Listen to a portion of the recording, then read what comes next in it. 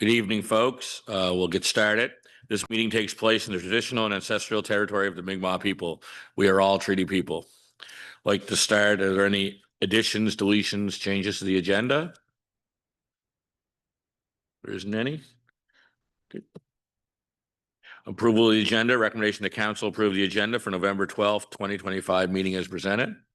Moved by Councillor Strong, seconded by Councillor Babineau. All those in favor, raise your right hand. Opposed, motion carried. Approval of the minutes for two meetings we've recently had, October 28th, 25 regular meeting minutes. That council approved the 28-25 meeting minutes as presented. Moved Councillor Strong, seconded by Deputy Mayor. All those in favor? Motion carried. And then our annual organizational meeting minutes. The council approved the 2025 annual organizational meeting minutes as presented.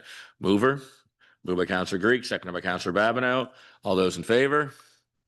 Opposed? Motion carried. There are no presentations tonight, so we'll move on to our public input part. Each person is limited to 3 minutes. Each person must state their name. Questions or comments are directed through me, and comments or questions are really open to any municipal matter. There are 2 people signed up tonight. So first I'll ask Andrew Hillman to come forward.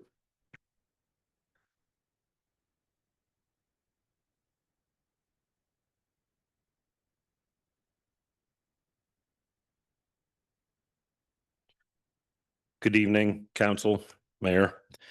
I did a presentation here last August. I see a lot of new faces from that point in time. So I'm Andrew Himmelman. I own Blackjack Powerline and Tree Service. We're a local powerline company. And I've got a couple company profile packages maybe to hand around, and just wanted to take a second to talk. So Lunenburg is growing, as we are seeing with many of our surrounding communities. As a local resident, contractor, and business owner, it's not hard to see the toll this takes on our aging infrastructure. Planning for Lunenburg's future is important, and the way I see it, the utility is one of the most valuable assets that the town has. Yes, the electrical grid needs a complete overhaul, a new substation, transformers, and every line within the community pretty much replaced, but it also needs to be cost effective and allow business to run as usual within the community during these upgrades. With being a member of the Maritime Municipal Electric Utility Alliance, there are other large utilities to help navigate future challenges, some of which are nearby and that we've worked closely with. There's no need for Lunenburg to rely on a major private corporation to be the only option for this utility to function and thrive. You're at a crossroads, and you have the opportunity to make an even smarter choice for the future of the utility, and that is sourcing a local company to replace the current maintenance contract with the town. Sure, they are a large corporation, but with the complete overhaul that will be required to complete these projects, they use contractors by a U.S. company to complete the majority of its work, including the most recent upgrades in town. By doing so, those funds, aka taxpayer money, goes to a holding and acquisition fund company that's based out of New York. There's a large support local movement that's swept this country, towns, and provinces this year. It's only smart to try and choose a local Canadian, Nova Scotian owned company who will keep dollars spent local and moving within our communities.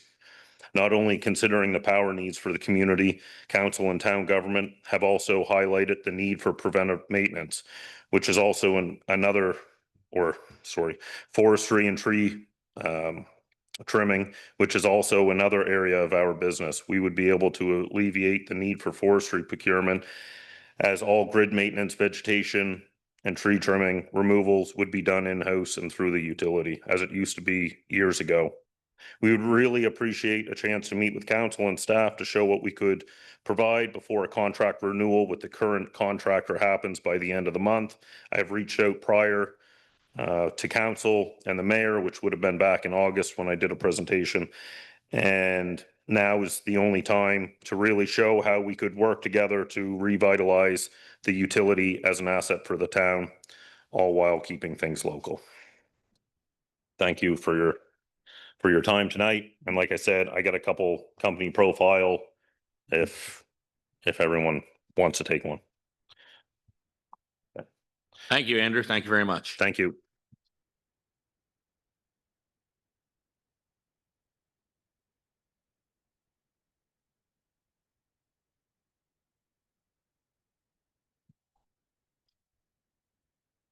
Next on the list is Jennifer Corson.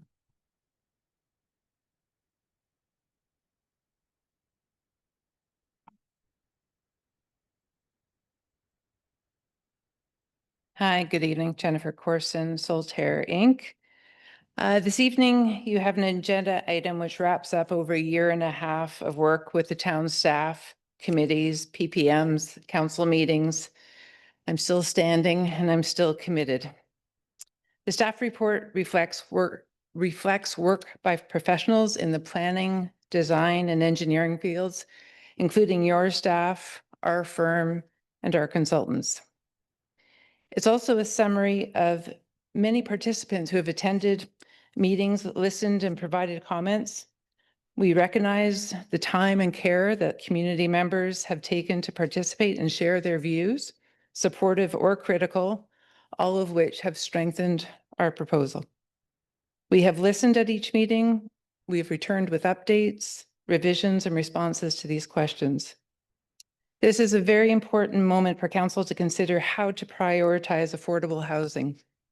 Your track record in the past 5 years creating new housing units has fallen behind the necessary pace. This isn't new news. The gap is growing on the number of long-term units needed. So each year, the pressure will increase to make up that gap. How does the town plan to work with and encourage the development community to invest in building new housing for Lunenburgers? Recently, I attended a modal housing strategy presentation on how they plan to support the 3 distinct groups to create more housing. Homeowners to build more backyard and secondary units is one group they've identified. The nonprofits and cooperatives, and they plan to assist them on accessing funding. And thirdly, the development community by streamlining the planning application process. Some towns have not only received their first, but second round of funding from the Housing Accelerator Fund to support new housing starts. We hope that the town of Lunenburg will create actual new starts from the Housing Accelerator funds already received. As well, the long-awaited for CMHC study by Turner Drake has recently issued a draft report to the participating towns and modal.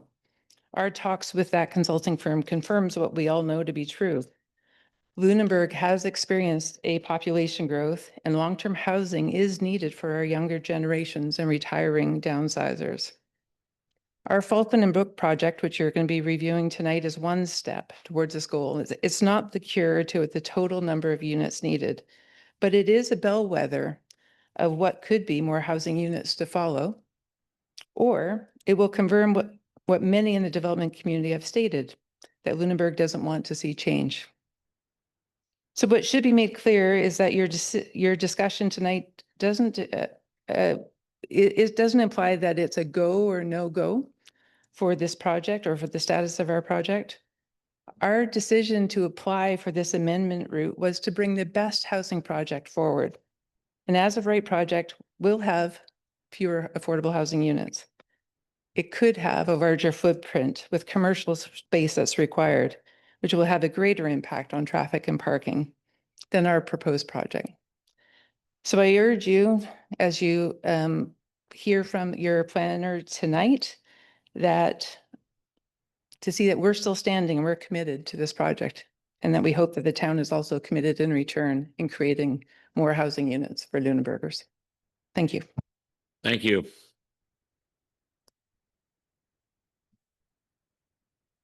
There is no correspondence tonight. So there are no public hearings tonight.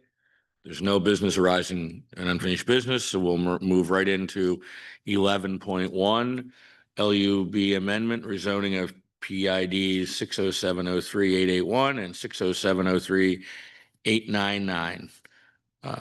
Mark? Thank you, Mayor and Council.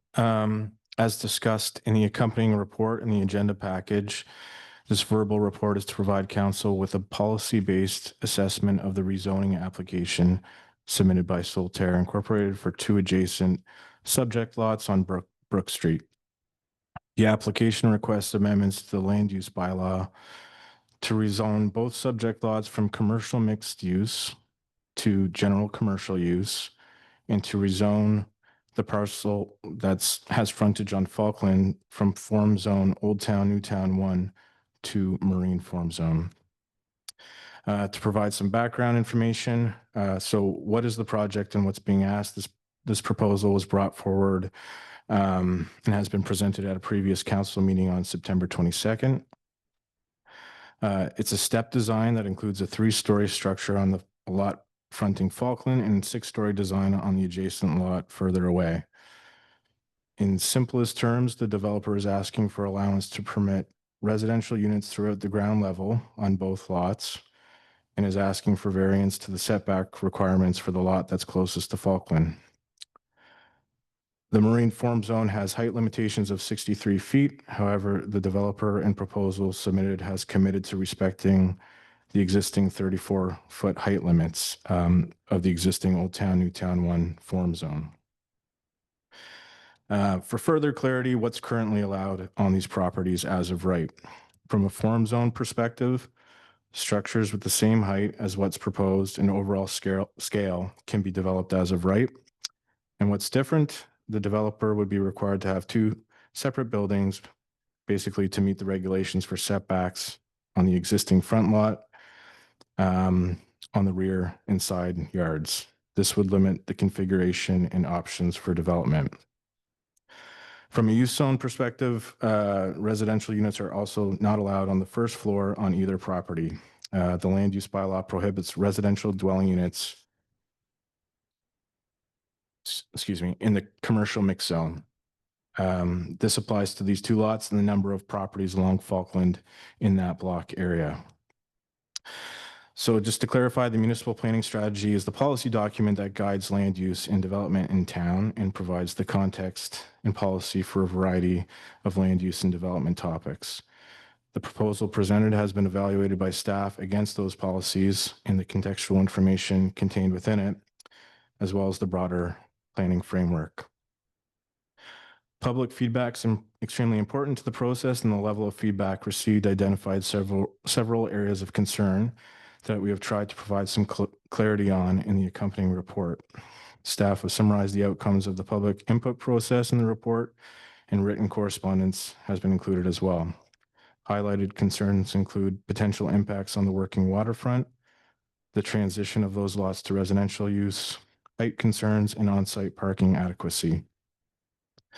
The Planning Advisory Committee considered the proposal and recommended that council review the zoning change request with due consideration to similar concerns, including scale, height, traffic flow and congestion, overall land use and built form, with particular attention to the intent of the Marine Form Zone and its implications for future development, including both on-site and off-site parking provisions.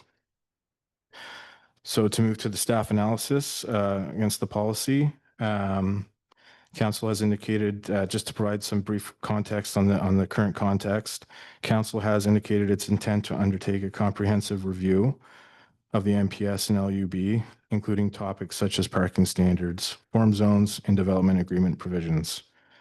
And for clarity, this application was submitted as a complete application under the existing planning framework and must be evaluated under the existing planning documents.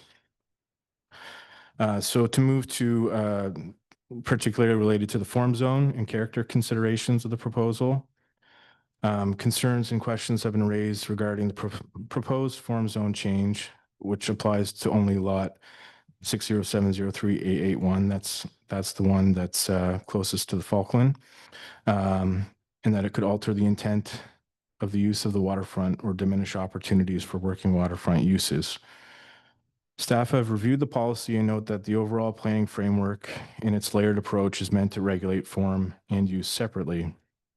Of course, there's practical implications between form and use, as noted in the MPS description of the intent of the Marine Form Zone. However, staff's interpretation is that this is meant to be permissive but not exclusionary of certain uses That's the purpose of the use zone permissions as itemized in the land use bylaw separately. The regulations in form zoning include height, setbacks, lot coverage, which are intended to create development conditions that are compatible with the surrounding environment. And this is supported by policy 6-13, which speaks to ensuring that the character of built form reflects its surrounding context. And when form zones were established, staff know that there are other instances within the marine form zone that illustrate how building form and use are not uniform or specific to marine related industry or use. The MPS section 2.3, where it discusses the planning approach adopted, recognizes the adaptability of use versus form in Lunenburg's history as a strength, and that form and use are factors that can contribute to the character of the community independently of each other, and further explicitly notes that the adoption of the unique approach of regulating the lots, uses, and forms separately from one another. Staff also note that the existing use of the lots in question are currently undeveloped and used for parking, and the two lots straddle two different form zones. The other lot is the already is the marine form zone on the one lot, as well as adjacent areas southwest and of the lot and east of the lot, minus the properties on Falkland toward Old Town, which are also zoned the Old Town, New Town 1 form zone. So this is all just to note that given the undeveloped nature of the lot, staff feel there's an opportunity for decision on the form zoning in line with policy 6-13 without implications for existing structures. So moving to the use zone, the proposed change from mixed commercial to general commercial for the lot directly adjacent Falkland Street was evaluated by staff against the MPS, and staff believe it aligns with the broader intent for efficient,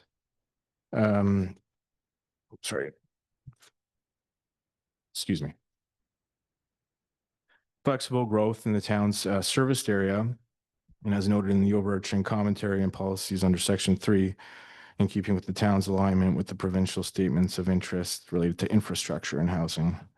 Both the existing commercial mixed use zone and the proposed commercial general commercial zoning permit multi-unit residential development in keeping with the developer's proposal. However, general commercial zoning permits residential units on the ground floor. Staff note that the zones with commercial in their title are not meant to limit use to strictly commercial, as is shown by the land use bylaw, which itemizes a wide variety of uses in both the existing and proposed zoning. This proposed change is consistent with the policy 4-2 and accompanying future land use map, which permits a future transition to general commercial for these lots, which are currently designated as downtown. So to now move on to parking, traffic, and infrastructure considerations, staff have evaluated the proposal against the policy, and as noted in section 4.5 of the MPS, the current development requirements do not require minimum automobile parking provisions. Further, it notes that residential uses benefit from developers being able to establish their own requirements, with residential developers having a strong incentive to provide adequate parking to meet the needs of their target market. Staff's interpretation is that the intent is to give developers control over this aspect of their development. In policy 6-19, which says council should be satisfied that the proposal is not premature or inappropriate due to the creation of excess traffic hazards or congestion on the road, staff have evaluated the proposal in using the developer's submitted traffic study report and have determined that based off that report that the level of impact on traffic and surrounding area should be within what the surrounding area can absorb.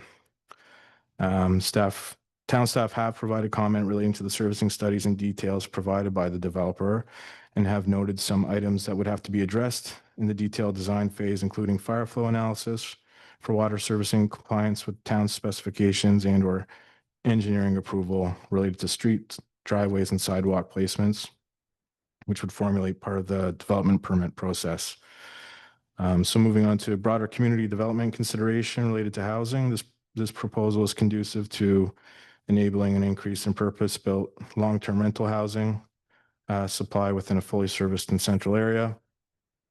And this outcome aligns with the MPS objectives to support efficient growth and diversify housing options within the existing service area and overall, and contribute to overall economic vitality and sustainability goals. It also aligns with the provincial statements of interests related to infrastructure and housing. As far as implementation and next steps, please note that if this rezoning was to proceed, that the process does not immediately authorize construction, as a developer must still obtain a development permit, building permit, and occupancy permits. These processes provide opportunities for staff to confirm compliance with the land use bylaw, building code, and servicing standards. There's a recommendation and alternatives noted in the council report for your consideration. Thank you. Thank you, Mark. Any questions from around the table? Deputy Mayor? Well, I have many, but just to start, I think it's worth pointing out that that I find these planning documents to be very difficult to use, which is actually kind of counter to the intent of planning documents, which is to make the rules clear and easy to follow for developers and property owners, not just for council, but for council as well. So that's I think part of the reason why it's taking us so long to try to wholesomely address this request. So I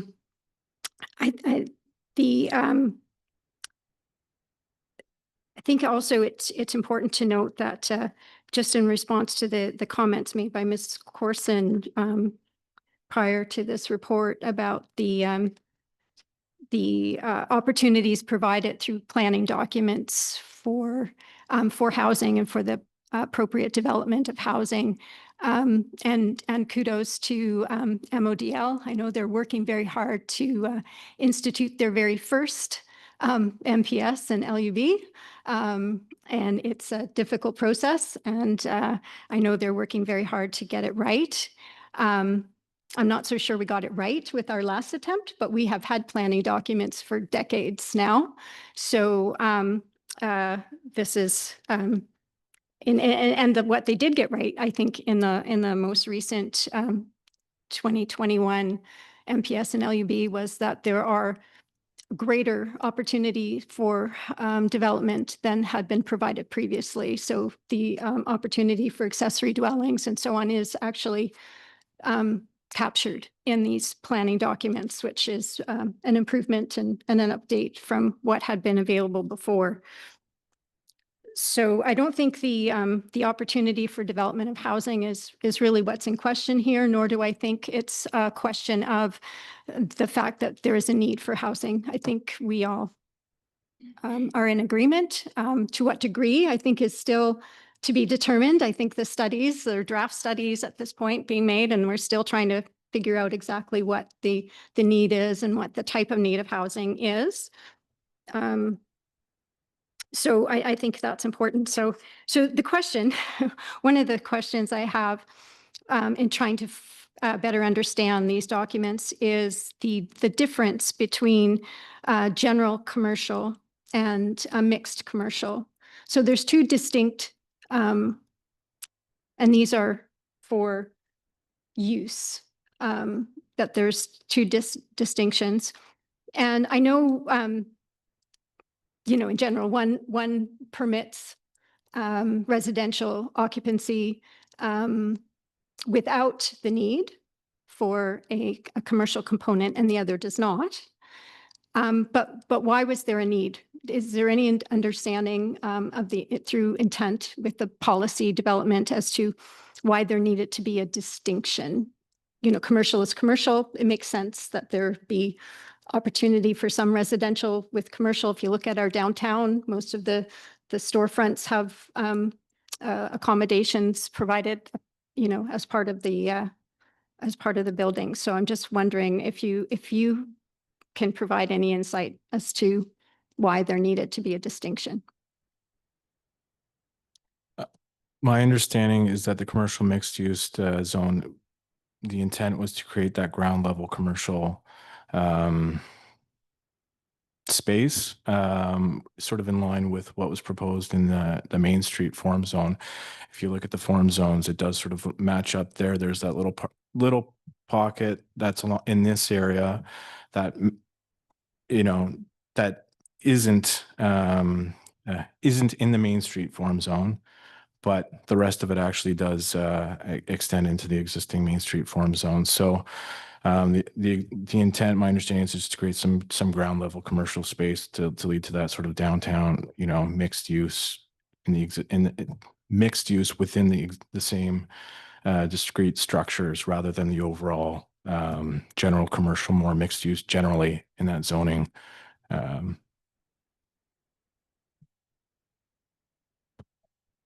I may, yeah. So I guess that emphasizes for me that there was the thought that there should be commercial in this area. Through the chair, that's my understanding. Yeah. Anybody else have any comments or questions at this time?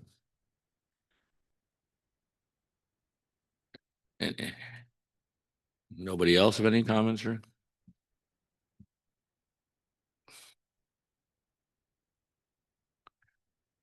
I can always talk. I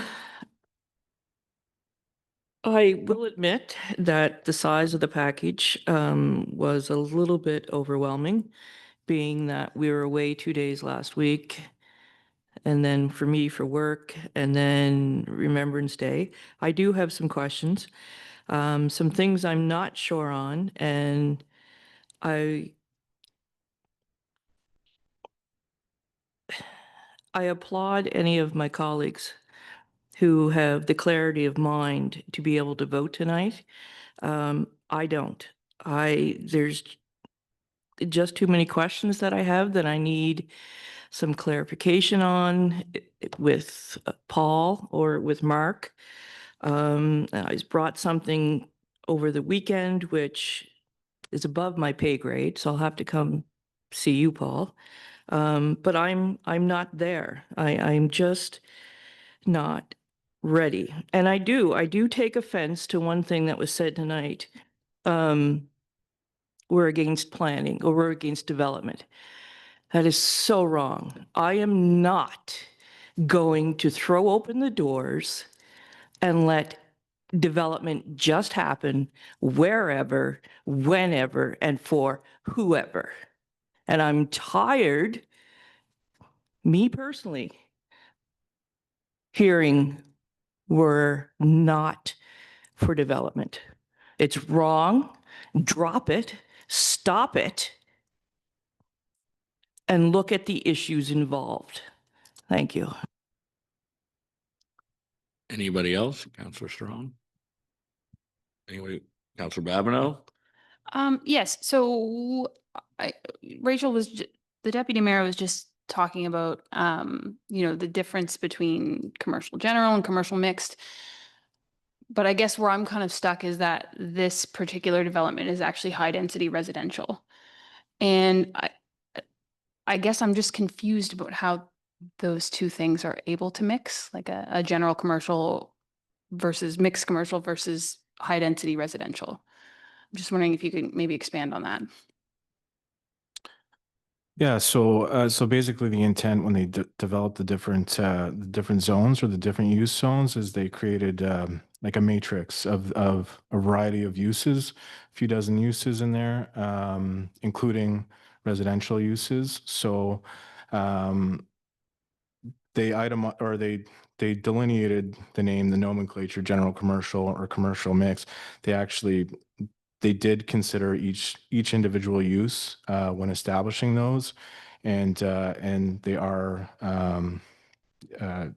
you can see the whole table in the land use bylaws. So it would have been an active consideration.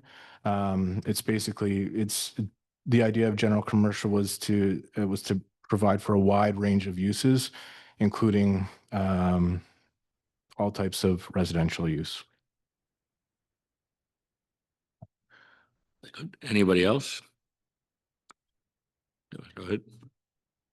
I'm going to have to agree with my colleague Debbie here sitting next to me. Actually, Debbie, that conference was 4 days last week. And I have read through it a couple of times. There are a couple, I have a few questions about the information provided through the traffic study conducted by the developer as being, I see the words, the town will have to do this, the town will have to do that, and it raises some red flags for me. I am going to boldly propose that we do the recommendation that's given to us, and sorry, I am going to boldly propose that we take the recommendation that's given to us and that we table consideration of first reading. Should I make a motion now or? Okay, I'm going to make a motion that we table consideration of first reading for the proposed land use bylaw amendment to rezone PIDs 60703-881 and 60703-899 Brook Street to allow additional time for review of the information provided. And that's the motion I'm making. It's been moved. Is there a seconder? Seconded by Councillor Greek. Any further discussion on the motion? Tabling the motion, does that mean we don't carry on any further discussion on the question, on the proposal? Or does that stop discussion at this point? Through you, Chair, would stop discussion at this table at this time until it's brought up at the another council meeting. But if there's clarifying questions that councillors would like, they can submit them to staff and we can provide them in another report so that we can provide that in an open forum so that it is fair and equal, that everybody gets an opportunity to hear it at the same time. Okay, so by moving and seconding that motion, we vote on the motion and that ends the conversation for tonight. Was everybody aware of that when we moved and seconded it? Okay, so if anybody else has any questions or concerns, we have to email them because I have a couple, but I always wait till the end to go. So I guess I wasn't quick enough on the draw. So we'll email those in and this will come up at a future agenda, is my understanding if this motion passes. And if you email them in, is it going to be, because I'm willing to reconsider the motion at this time. If you email them in, will we all be seeing them at the same time? There's a lag in what we see and what we don't see. Through you, Chair, what we will do is we'll gather that information. If you individually email us, then we will email the group back with the question and what we find as a response back, as well as we'll take that question and answer back into a report so that it comes to a full session. It's up to, Well, did we vote on it? Okay, so we haven't taken a vote, so I'm willing to withdraw the motion and let you get your words in. There were things that I wanted to say too, but I'll hold on to those. Ask for your seconder if they're good. seconder okay with that? No issue here. Okay, so then we'll keep going. Before I speak, does anyone else have anything they want to say? Deputy Mayor. I do have some other questions, so not necessarily concluded my thoughts up process, but have some further questions. I guess to one of the points that Councillor Strong was making earlier, the report references that here it is, that the town retains the ability to mitigate localized parking pressures through measures such as improved signage to existing parking lots, time parking zones, or enhanced pedestrian connectivity. So I'm just, wondering, it seems then that because there is concern about the adequacy of on-site parking, and the fact that there'll be some, if not significant, reliance on street parking, which is only seasonal. I guess I'm wondering what impacts or what is being referenced there that will fall to the town to then take on to accommodate the development. Through your chair. So some of the aspects staff have talked about are like understanding that it is a park space across the way and there's tennis courts, there's recreational areas that are of concern for parking. So designating signage up there that it is specifically for recreational use, increasing bylaw enforcement in that area, as well as for monitoring to ensure that we're following up with ticketing and processes that way. As well as we'd have to look at, like, we've already looked at other enhancements that we've discussed about Green Street and processes for, safety concerns within that zone. Beyond that, we'd also have to make sure site triangles are meeting our standards from our bylaws. So clear sites of entering and exiting of their parking lot onto town streets. We've already noted that like we have a series of lights and other crosswalks in that zone and this came up at a previous meeting that adding more to that zone might be difficult and confusing. So we may have to look at it from another wholesome look as to where we would allow parking or not parking and how do we keep the streetways clear, understanding that it is a throughway both to schools, recreational areas, as well as other commercial spaces. So we'd have to take a deeper look, but in generalized speaking, looking at probably limiting parking opportunities as well as further enhancement of bylaw enforcement. Go ahead. So I guess further to what are town obligations surrounding this development, was mentioned that just granting these changes to the zones doesn't mean that the project is greenlit immediately, that there would be other requirements to be met through permitting processes. But, Ms. Corson's given us a very kind of fulsome idea of what's being planned. Is there anything envisioned, or are there any sort of key areas that could potentially be problematic with this development? I know there's been traffic studies done and there's been the water flow things done and there's been all those things already completed. So would there be anything that may hold up the permitting process following this decision? Through the chair, from what I can evaluate at this stage, as far as measuring it against land use bylaw, probably not a whole lot. My main concern would be ensuring that the proposal meets the town's engineering approvals and meets the subdivision specifications for a project of that scale. So I would actually, if that's okay, I could defer that question to Tyson as far as concerns related to servicing, or I touched on it a little bit, but not in any high amount of detail, just related to street design, sidewalk placement, that kind of thing, and fire flow testing. Through the chair. So normally with the water system, you do field testing of pressure and flow out of hydrants to understand what the actual fire flow is. I'm talking about multi-story development here, so that would be one consideration. And as the director of community development said, things like the street matching the town specifications for our street right of way, so the road width, sidewalks, those kinds of things.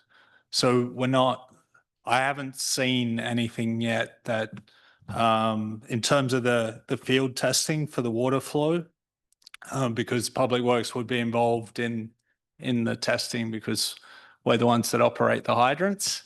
And then in terms of that piece on Brook Street, where its existing use isn't, it's not really a public street. That's not the current use, but if development was to happen, then in my opinion, it does become that from where it is now. It's a glorified driveway that accesses the foundry, right? And our lift station at Brook Street. But if it's changing the characteristics there, then that would be something that needs to be considered. I can just follow up on that. I think I might have posed a question before, but is there, has it been looked into as to the width of that street and given the boundaries of the PIDs that are being discussed, is there any concern that it could accommodate two-way traffic and potentially on-street parking of some sort? So through the chair, my recollection when I looked at it is within our town specifications, we have standard cross-section details. So the cross-section shows the road and curbs and the sidewalks outside. So the existing space there now appears to be less than the narrowest one of those typical cross-sections.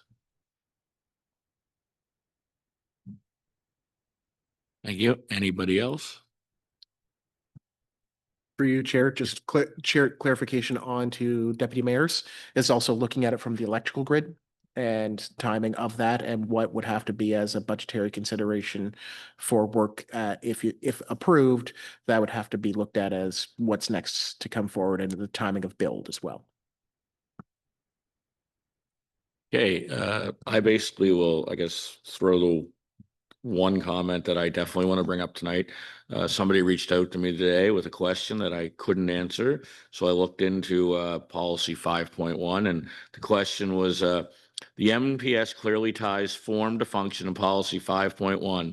So it's my understanding that it would be beyond council authority to endorse any project that contradicts this intent.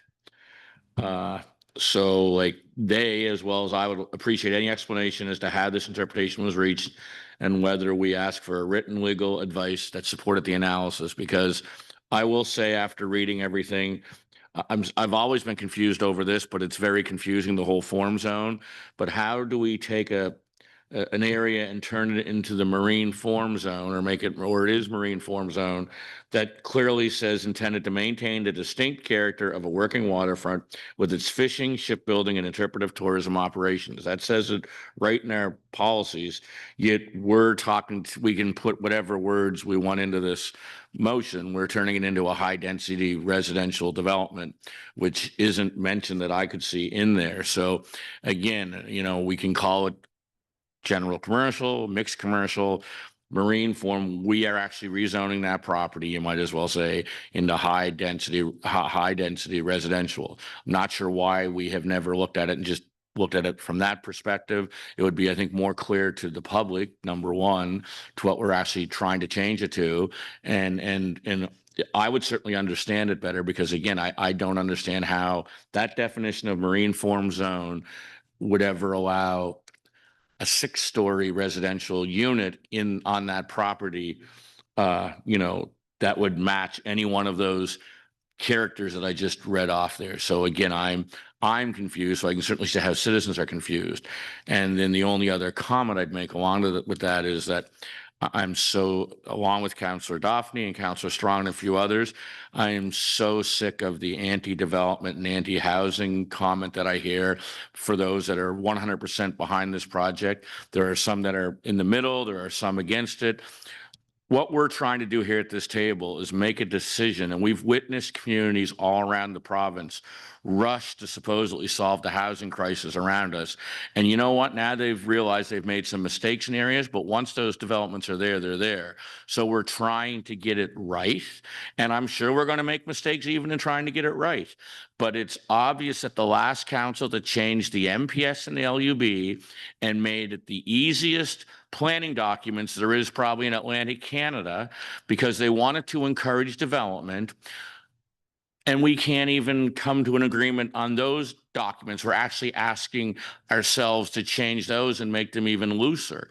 So again, I think that we have to be careful the way we move forward. And I'm not saying I'm for or against the project. I would love to see a housing development in that area. But again, there's questions that need to be answered. And the one question that I've always had, and I know they can make it in 2 separate buildings and actually proceed, but the scale of the size of it, to me, is what really has me overwhelmed in the fact that when you read the marine form zone, I don't know how we're able to change that just here at a meeting to high density residential. I don't understand it. So again, those are my comments, I guess, here tonight.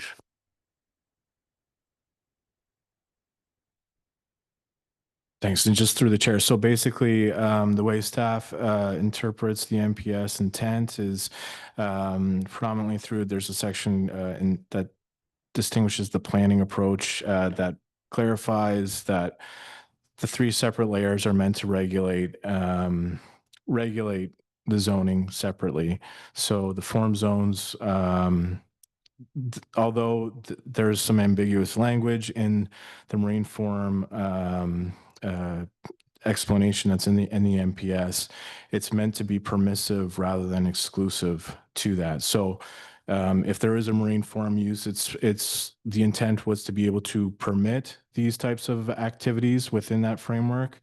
However, not exclusive to that. There could be many other that are listed within the grid that's identified in the land use bylaw, including residential that's in there. So just interpreting the existing planning documents. So it's how you're interpreting it and how staff is actually interpreting how it's written. Yes. Yeah. Thank you, Chair. Just, I'll make reference to the Mr. Kiley's report. Actually, if you look at attachment C, it talks about MPS section 6.3.3, amendment of the text and use zone maps and land use bylaw. It references that council recognizes it cannot foresee all possible types of development that might be acceptable in the town in general or on a specific piece of land. As such, there will be times when land use bylaw needs to be amended to accommodate a new development trend or specific development proposal. So there, if you look at policy 610, council shall consider amendments to the use zone map of the land use bylaw. And when the proposed map amendment is not specifically prohibited within the plan and at least one of the following three conditions is true, that is where there's flexibility within, as per Mr. Kiley noting, it's not prohibitive, but looking at it from flexing zone. So I'm just letting you know, based on what is presented here in your report, that there is flexibility for council if you wish to consider. Thank you. And I guess when I look at the map, the zoning map, and read the forms and realize how this was designed and presented in 2021 and why it was done the way it was done for housing and increase housing stock and basically put a drive on development, even then, there's nowhere even close to this area that we're talking about that has any high density zoning. In fact, there's very little medium density. It's all almost marine or commercial, waterfront, or like general commercial or low density, right? And I'm not saying that's what we need there, but like this would be completely out of character at this point of what is on the current map that was just revised in 2021. So again, I'm just a bit confused. Yeah, and through the chair. So basically, the planning documents, the enabling policy for which is supposed to guide the transition of zoning changes as identified in the future land use map, and then its accompanying policy. That's the intent of establishing the future land use map, was to guide where the town is going. And not necessarily where it is right now. So just following what's in there and interpreting that, that's sort of the intent. Thank you. Deputy Mayor.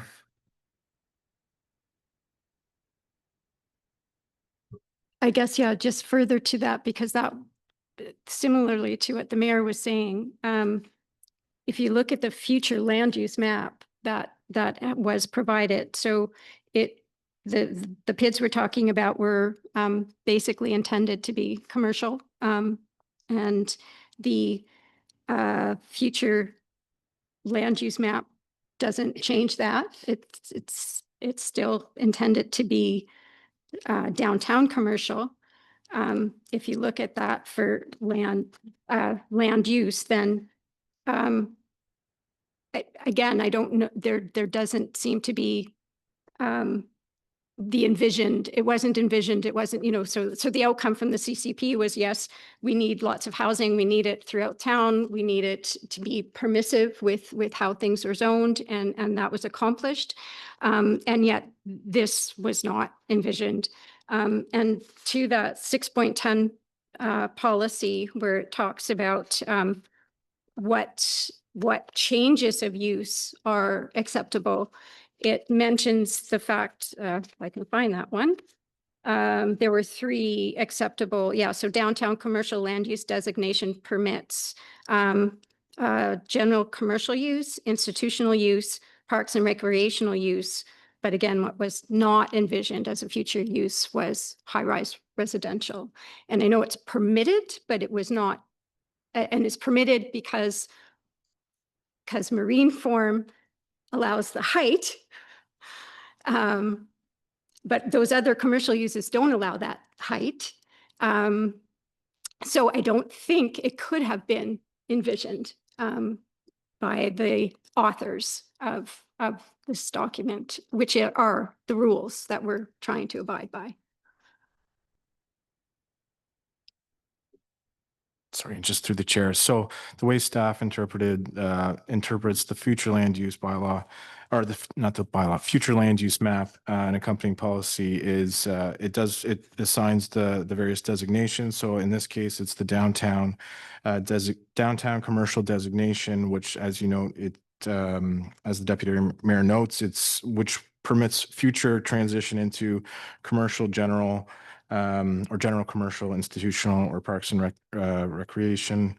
But within that, the intent would be that in the general commercial zoning, it does enable the various uses that are identified in the land use bylaw. So that's staff's interpretation of that. Thank you. Anybody else have any questions? Councillor Strong.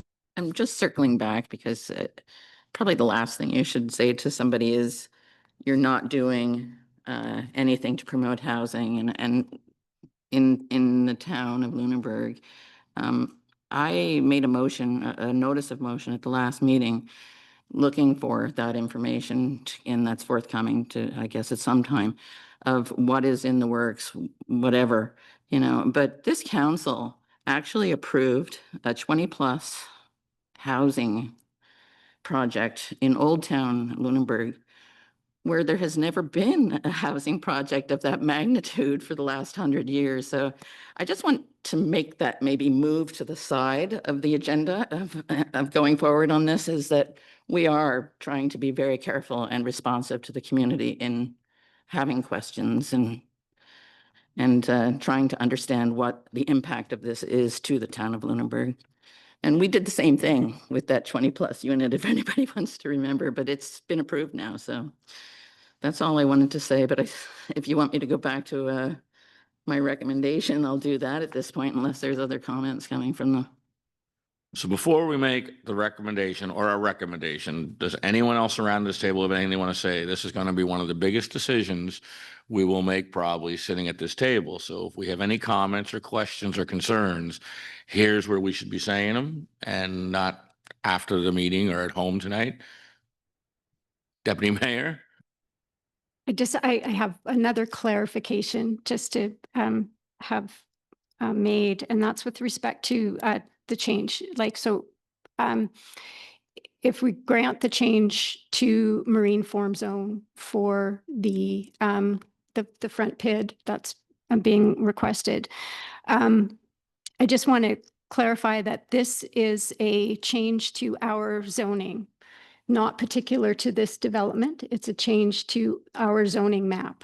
So if we grant this change of use, or change of form, change of zoning, both form and use, then it doesn't run with the development. It runs with our planning document. So if something happens and this doesn't go ahead for whatever reason, that is what we will have, a marine form zone permitted use or permitted appearance with that front PID, as well as the change to the commercial zoning. Through the chair, that's correct. Okay. Anybody else have any? Councillor Babineau. Yeah, not a question, more of a commentary, just because I'm not sure when next I'll get to make any comments. What stood out for me when reading through a lot of the feedback that we received from the community was somebody pointed out, and I won't name names because I don't know if they'd like that, but that written on the front page of our website, which pulls directly from our planning documents, is well, it's a long sentence, but part of it references incremental change, that we prioritize and value incremental change. And that really stood out to me because, you know, Lunenburg is at least 80% single family dwellings. And while I would absolutely welcome some diversity in our housing stock, I do not believe that jumping from 80% single family dwellings to a 50 unit apartment building represents incremental change. That's all. Anybody else? Councillor Greek. Also more on the comment side, but I would just like to thank, staff for compiling all this report. It's been a great deal of information. It's been so helpful, to me, and I'm sure, I will take the opportunity hopefully to speak for my colleagues on this, but it's definitely been a great deal of information and very helpful as we sit around this table tonight. I would also like to thank the residents and community members for submitting their thoughts, their feedback. Certainly this is, as the mayor mentioned, a big decision to make and not one that anyone's going to be making lightly. So thank you for letting us know how you feel, whether for, against, or, maybe somewhere in between. I know personally it's going to be something that I think that we'll need to certainly take with a great deal of weight. And, personally, I think it's something where I'm going to be considering all feedback received to the fullest when making my decision on this topic. Thank you. Councillor Fullerton. I'd just like to add that I too have a few questions, and I think that I would be prepared to go along with Councillor Strawn's recommendation that we get a little bit more information before we make this decision. I will just finish by saying that we proceeded to the next step to the PPM, and that 2 months ago, and it wasn't saying anyone was for or against the project. It was to do the process. I think the process is playing out in front of us the way it should play out. We've had many people speak at the PPM, and quite frankly, the PPM was pretty well up the middle when it came to reasons why we should say yes and why we shouldn't say yes. We've had, and I might have miscounted, I went through them twice. We had 57 emails to the actual town to us to be put into public documentation. Out of those 57 emails, it was, not that close in the way we should proceed, but a lot of the no's were all the same thing. And it's a lot of it, not what we're discussing tonight, to be quite honest with you. It's more about parking and things of that nature that really isn't part of the discussion technically. But again, I think that, we've all had ample private messages, I'm sure. And if anyone has a social media account, that was very active the last couple of weeks. So, I mean, the community is definitely participating, and that's why we moved to the next process. So if we do table tonight to move forward, then we're just following the process that's put in front of us. This isn't a decision, I know, from every aspect. The developer would like to start tomorrow, and the community would probably, not the whole community, some of the community would like us to go to alternative number 2 right now and then end it. Well, I think that a lot of us around this table need a few more questions answered before we can make that decision. And I think in the meantime, everybody hearing what they are hearing, maybe there's again some more, I don't know, negotiating or moving ground in this. Maybe there isn't, but again, we want to make the right decision for the community moving forward. And I don't think any of us want to make a decision that we regret or our kids say, look at that legacy that my dad left, for example, right? So we want to make sure we get it somewhat right. So that's where we're headed. So again, if we're ready, if you want to make your recommendation, Councillor Strong, you can go ahead.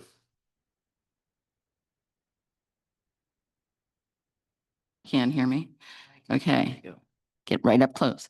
I'd like to move that council table consideration of first reading for the proposed land use bylaw amendment to rezone PIDs 60703-881 and 60703-899 Brook Street to allow additional time for review of the information provided. There's a mover, seconded by Councillor Fullerton. All those in favor, raise your right hand. Opposed, motion carried unanimous. Thank you, everybody, for participating and sitting through that conversation. We'll move on to 11.2, rezoning of Salt Meadows. There's Mark, you're up. Thank you, Mayor and Council. So just to provide a brief synopsis, Council requested that staff initiate the process for consideration to rezone Salt Meadows in response to resident concerns raised regarding the density of development and associated issues such as traffic congestion and parking. This neighborhood has an existing lot fabric that was subdivided under a previous subdivision bylaw and land use bylaw, and it's felt that the currently allowed density for dwelling units plus an accessory dwelling unit exceeds what the lot fabric can support or was intended to support. The rezoning to lower density residential use would limit future development of dwelling units to 2 units plus 1 accessory unit, bringing the Salt Meadows subdivision in line with the character of the rest of the neighborhood. Planning Advisory Committee met on October 6th and recommended the rezoning procedure continue to first reading by council. Council gave first reading to the proposed amendment at its October 14th meeting, and a public hearing was held at the November 3rd Committee of the Whole meeting. No public submissions or comments were received. Thank you. Thank you. Any questions or comments for Mark? Someone prepared to move that recommendation? Councillor Strong? Thank you. But before I do, I would like to note that this is another issue that's been in progress for 2 years. And so a lot of thought has gone into it up until now. But I would like to move that, where did it go? Did you take it on me? Okay, sorry. Okay, I would like to move that council approve second and final reading of an amendment to the land use bylaw to rezone to lower density residential use the Salt Meadows subdivision, which includes all lots within the town's boundaries on Wood Street, Wynock Street, and Adams Street, and also includes PID 607-31452 off Rudolph Drive, Morash Lane. So moved, is seconded by Deputy Mayor. Any question or any comments? I just like to add that this is a fine example of why we're taking so long with 11.1, because no one changed the zoning over there for that we're talking about now, intentionally trying to create an issue over there. So we want to make sure we get it right. So it's kind of funny how these fell on the agenda back to back. So all those in favor, raise your right hand. Opposed, motion carried unanimous. 11.3, service model decision for the ever so enlightening circular materials. Tyson? Thank you, Your Worship. This evening, I have a report on circular materials and council making a service model decision. The recommendation in the report is that council select the circular materials opt-in service model to comply with the extended producer responsibility legislation and accept circular materials compensation offer dated June 3rd, 2025, conditional upon satisfactory resolution of contract negotiations between circular materials and the town of Lunenburg. So some background on this item. The extended producer responsibility, or EPR, is a policy approach in which producers and businesses that supply packaging and paper are financially responsible and accountable for those materials over their full life cycle, including end-of-life management and recycling them for reuse. So when we talk about these packaging materials, we're talking about our recycling pickup, the bi-weekly pickup, blue bags, So paper, cardboard, and then plastics and containers. So there are two options for the transitional operation models. There's the opt-in service model and the opt-out. So I've included a summary in the report. Opt-in essentially keeps things as they are, whether the recycling services is still the responsibility of the town, but the town receives compensation for the residential components. Opting out removes us from that responsibility for the residential. We still maintain the responsibility in both situations for the ICI, which is industrial, commercial, and institutional blue bag materials. But we don't receive any compensation. It becomes circular materials responsibility under that opt-out.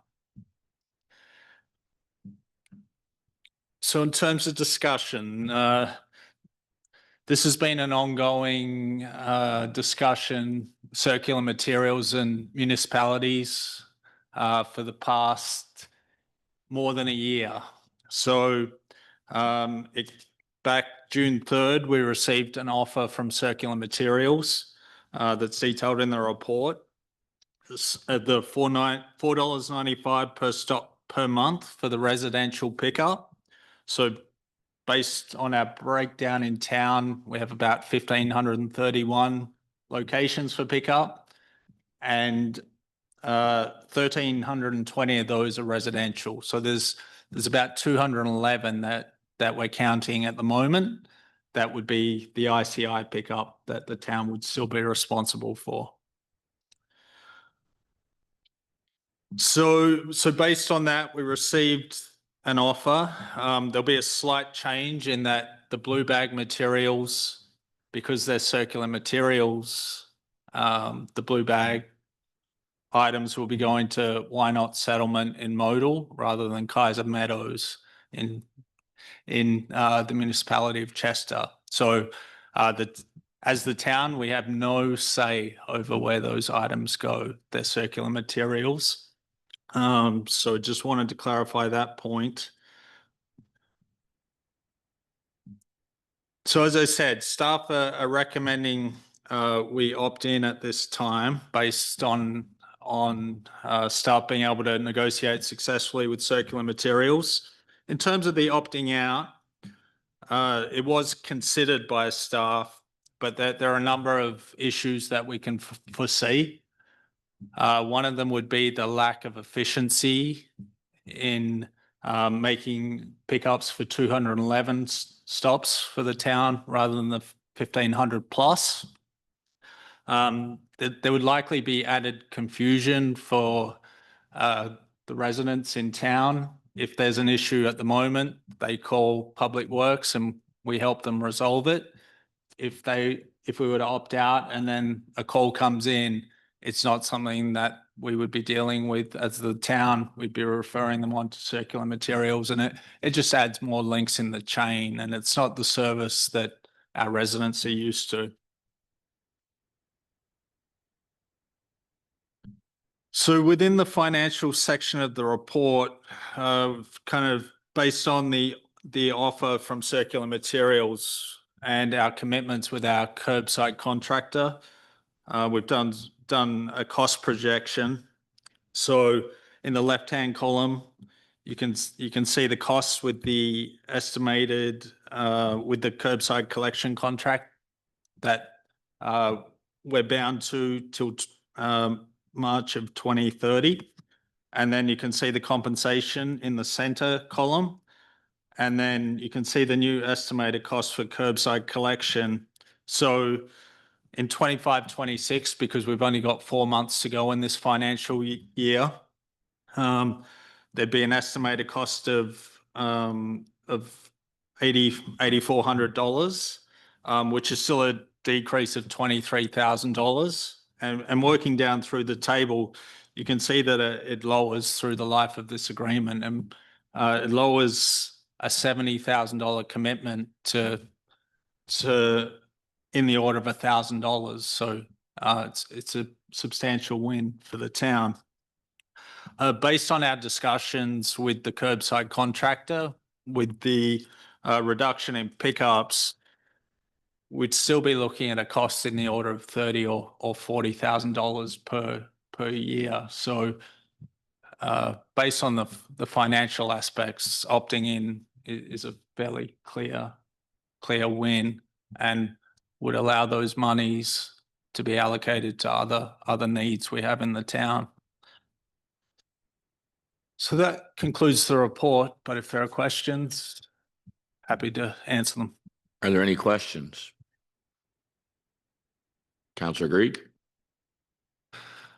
Through the chair, just wanted to clarify, Tyson. I know it's definitely been one of the ongoing discussion points through the whole circular materials discussion over the past year. On the commercial, by opting in, so this would, essentially continue with things as usual. There wouldn't be necessarily any change or interruption to the provider for commercial pickups, correct?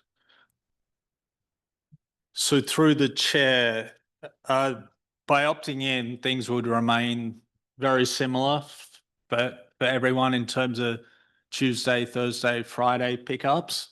There are some commercial customers in town that have their own private service, and that would remain that way.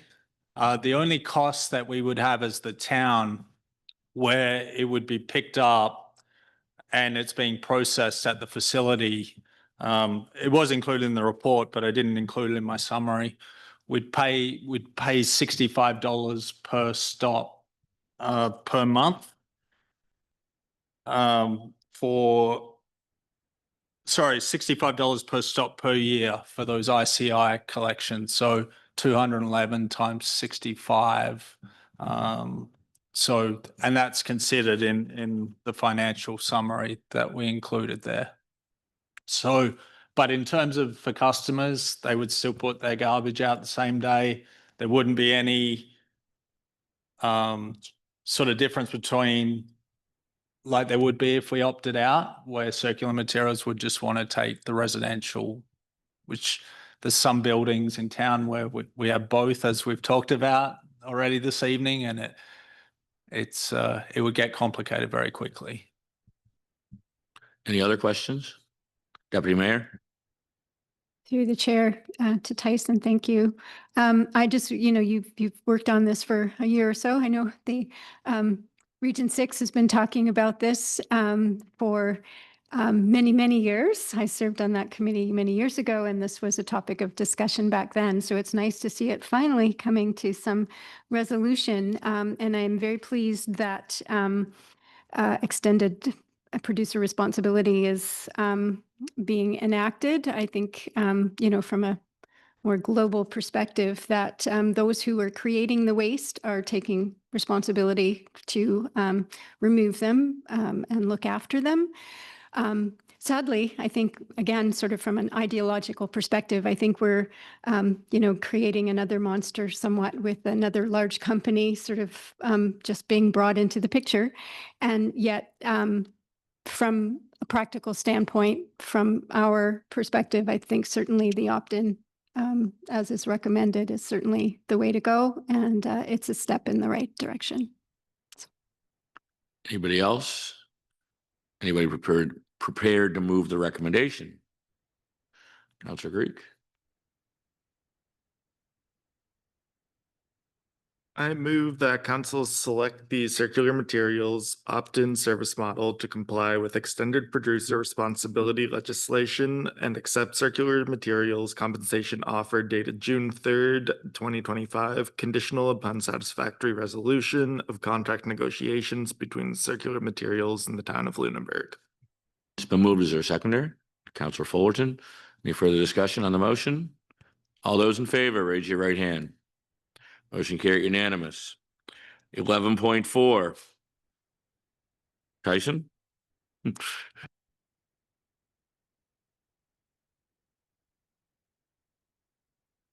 Is it? Oh, It says Lisa, but I don't see her here, so. Oh, yeah. Okay.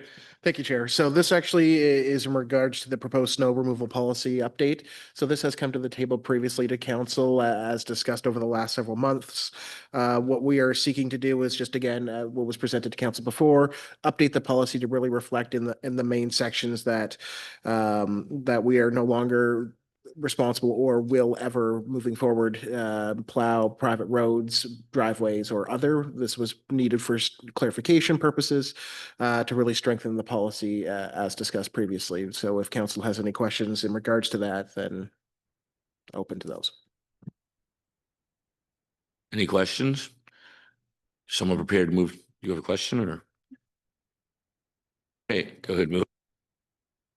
That I would move then that council approve the updated snow removal policy as presented.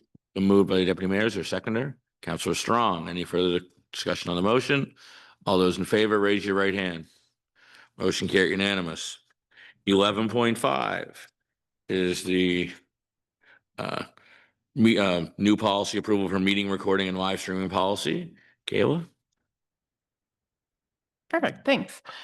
So we have this new policy here for council's consideration tonight to approve. So council has reviewed and discussed this at their November committee of the whole. And at that meeting, the only recommendation that council made to amend or edit in there is to 5.5 and 5.7 of the policy. And you'll see that's stricken out of there. So if council, unless council has any other edits, questions, the recommendation is to approve as presented. Someone prepared to move that recommendation? Councillor Babineau? I move that council approve the meeting recording and live streaming policy. Moves or seconder? Seconded by Councillor Daphne. All those in favor, raise your right hand. Motion carried unanimous. 11.6, committee appointment, planning advisory committee. Kayla? Thanks again. So this is a housekeeping item per se. So typically our planning advisory committee resident appointments are for 2 years. Our resident here, Colin Whitcomb, had asked to only serve 1 year last year when he was asked to renew. Now he has agreed, if council allows or agrees with the recommendation, that he'd be really happy to fulfill that full 2-year commitment. So the recommendation there is to reappoint Colin Whitcomb to the planning advisory committee for another 1-year term so he can complete the 2-year term.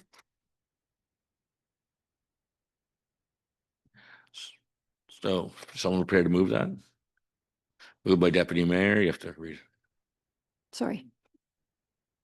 I'm on the, move that council reappoint Colin Whitcomb to the Planning Advisory Committee as a resident representative for an additional 1-year term ending December 1st, 2026, thereby completing his standard 2-year term. Moved and seconded by Councillor Strong. All those in favor, raise your right hand. Oh, sorry. Go ahead, Deputy. No, go ahead with the, if I could beg just a commentary kind of related, but not necessarily germane to the motion. We can go ahead with the motion, the vote, and I can speak to it afterwards. All those in favor, raise your right hand. Opposed, motion carried. Deputy Mayor? Thanks, sorry. I just, this process just brought to mind in referencing the committee's policy that we had recently adopted or had been recently adopted. And thinking about this and our committees, we have a brand new member on planning advisory who kind of missed out on initial training and so on that all of us had attempted to partake in when we were first appointed, and doesn't really get down to the nitty gritty of how to onboard our citizen or resident appointees to committees. And I think we might be doing ourselves and them a disservice by not having sort of a structured orientation and or training. And I'm just wondering if we can either have a look at that policy or have a general discussion about what that could or should look like going forward. Thank you. Okay, so now we're on to number 12, notice of motions, information requests, and council reports. We'll start to the left tonight. Councillor Fuller. Been a busy little bit. Just to follow up very briefly on the NSFM conference, lots of great information about emerging issues, coastal protection, policing, and there were a couple of keywords that stuck in my mind that were fairly frequently used throughout the conference. And, sustainability is one that was talked about in the context of almost every issue that was discussed. And the other one was modernization, and which is brings us back to some of the things we wrestle with here in Lunenburg, because it's not our go-to. So in any event, and I mean, I take no position on that matter, just to say that it was very evident that it's on the minds of a lot of municipalities. And since the conference, of course, we've had a busy few days of events. We had the 130th birthday party at Lunenburg Academy. We had a very well attended and very well done Remembrance Day service. And lo and behold, today we had a Christmas tree cut down that was sent to Boston. We have bowling this weekend, and that should be fun. And that's all I have to report. Thank you. Councillor Greek. Just also wanted to say a few words about my experience last week at the NSFM Fall Conference. It was great to be able to spend more time with the colleagues from both our council and from those around the province. Sessions included such topics such as mental health, social media, and various other very thought-provoking topics throughout the 4 days. One of the biggest things that stuck with me was a quote from the keynote speaker, who was Tara Kadad from Piece by Chocolate. He said, and I believe it was a quote from his father when he was creating his chocolate factory. He said, "Learn what everyone else is doing and then create your own recipe." And that was something that I really thought was useful to think of, not only, as we sit here around the council table and we think of issues throughout our town and how to best represent each other and our residents, but also in life in general. So I leave that with you to think on this evening. Councillor Babineau. I will join the chorus of NSFM was really great. I attended sessions on basic income guarantee and advancing DEI. I unfortunately, there was a little bit of a scheduling issue at the conference. I had printed materials and they had changed it in the app that they have, but not on the printed materials. So I missed a session that I was looking forward to, which was the mental health in municipal government session. So that was a bit disappointing, but for my first conference, all in all, I was pretty pleased. So that's all. Thank you. Councillor Strong. Yeah, I was just in the glow of the NSFM reports, because it was a really great opportunity. And I guess I spent a lot of time networking and seeing people that I hadn't seen for a long time. Hi, Sam Austin, if you're out there looking or watching. So my report is that I wanted to say congratulations to all that were involved in the organizing and carrying out of the 10th annual Lunenburg Lit Fest. It was a full house attendance at every session, with the last night sold out, and that speaks to the very hard work of one of our citizens, and that would be Christina Potty. So Christina, nods to you. My second one was going to be on the municipalities conference. You can see my council page on Facebook for all the sessions that were offered, and you'll see that it was robust and comprehensive. And I don't know about the rest of you, but your head's swirling at the end of the day when you hit that pillow. I thought I should say something about the purpose of the NSFM, and that is that it connects us municipalities with all levels of government with a view to being out front on municipal issues and advocating on behalf of our needs. Just watching Pam Mood, the retiring president of the NSFM, exiting from the position, and the new President David Mitchell, Mayor David Mitchell from Bridgewater walking in. You can feel the passion in the room. You could feel the passion in the room, and I know we're in good hands. I'm looking forward to the next one already. I understand that the Turner Drake report has released a draft housing needs assessment, and that it's in the hands of local planners, and that this report establishes a needs and identification of what is affordable, which has been a moving target since I was born, to be honest. What is affordable housing for the town of Lunenburg? I would like to see this. Had a notice of motion that I'd like to see it in the study summarized for the town of Lunenburg alone. And I think that would quiet down some of the conjecture and animosity that's happening on social media that has been unreined and unbridled. The Lunenburg Academy Foundation, I sit on that board, and I have to report that that birthday on Friday that Councillor Fullerton mentioned, it was really well attended. The cake was wonderful, and we're moving closer to 200 years. There is a Heritage Advisory Committee meeting tomorrow night at 6 o'clock at Town Hall. If you want to see what I do in my spare time, come on down. It's a full agenda, 6 o'clock. Thank you. Councillor Doff. I'm not going to say a word about NSFM. I've had enough of that, really. Some fun stuff. For the lighting of the Christmas trees this year, I've sponsored 2 trees and have been in contact with a teacher from Meadows Academy to have the students make ornaments. Last year's ornaments will be given to Harborview Haven to decorate their tree this year. If there are any children who would like to make ornaments, please do so.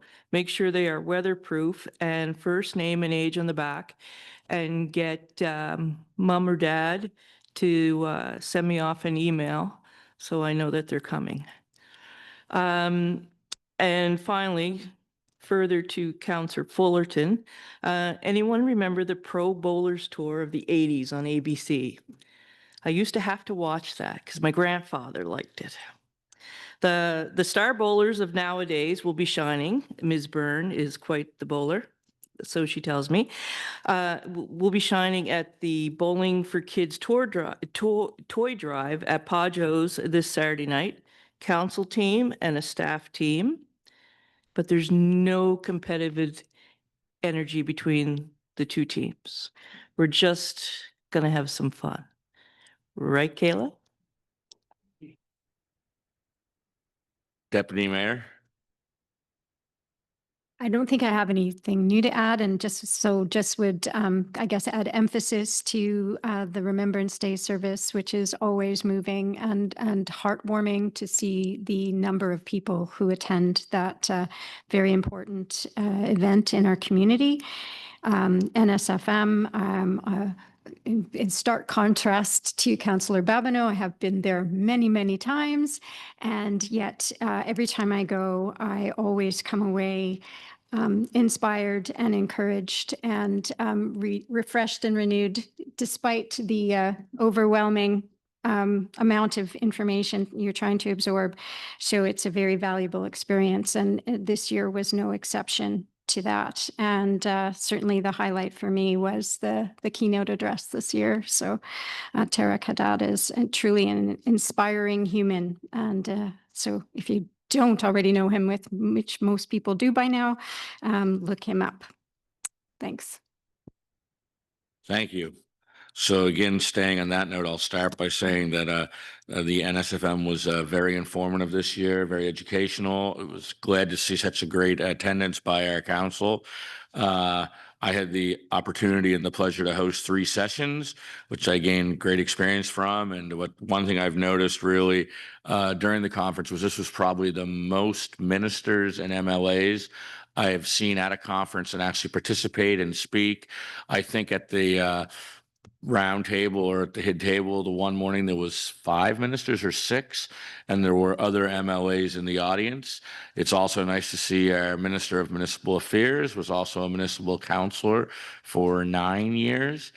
So I didn't really know much about him. So I Googled John A. McDonald, and many moons ago, I guess he was also prime minister. But anyways, I guess I'm pretty sure it's a different John A. McDonald. But no, it was a really well attended. And the other thing I will say is it's hard to believe, but out of all the delegates, there were some sessions that got fairly heated amongst delegates, and motions that got defeated, and motions that weren't close, and some things said to each other that weren't always the kindest. But I can guarantee you, from about 4:30 on those evenings, everybody was in the same hotel and everybody socializing with friends, and you wouldn't have known that it was a debate. So again, that's the way things should be. You leave it in the room and democracy wins. Whatever the vote is, it is, and then you move forward. So that was nice to see. I do have a couple things that are sort of good news announcements. One is, it was just handed to me by Kayla here, is that we've actually knocked off tonight 3 things off our motion action list that were priorities. We've knocked off the Salt Meadows subdivision one, which thank the Lord. The live streaming policy has now been approved, and the snow removal policy that we've discussed multiple times around this table. So again, those are 3 things off our motion action list.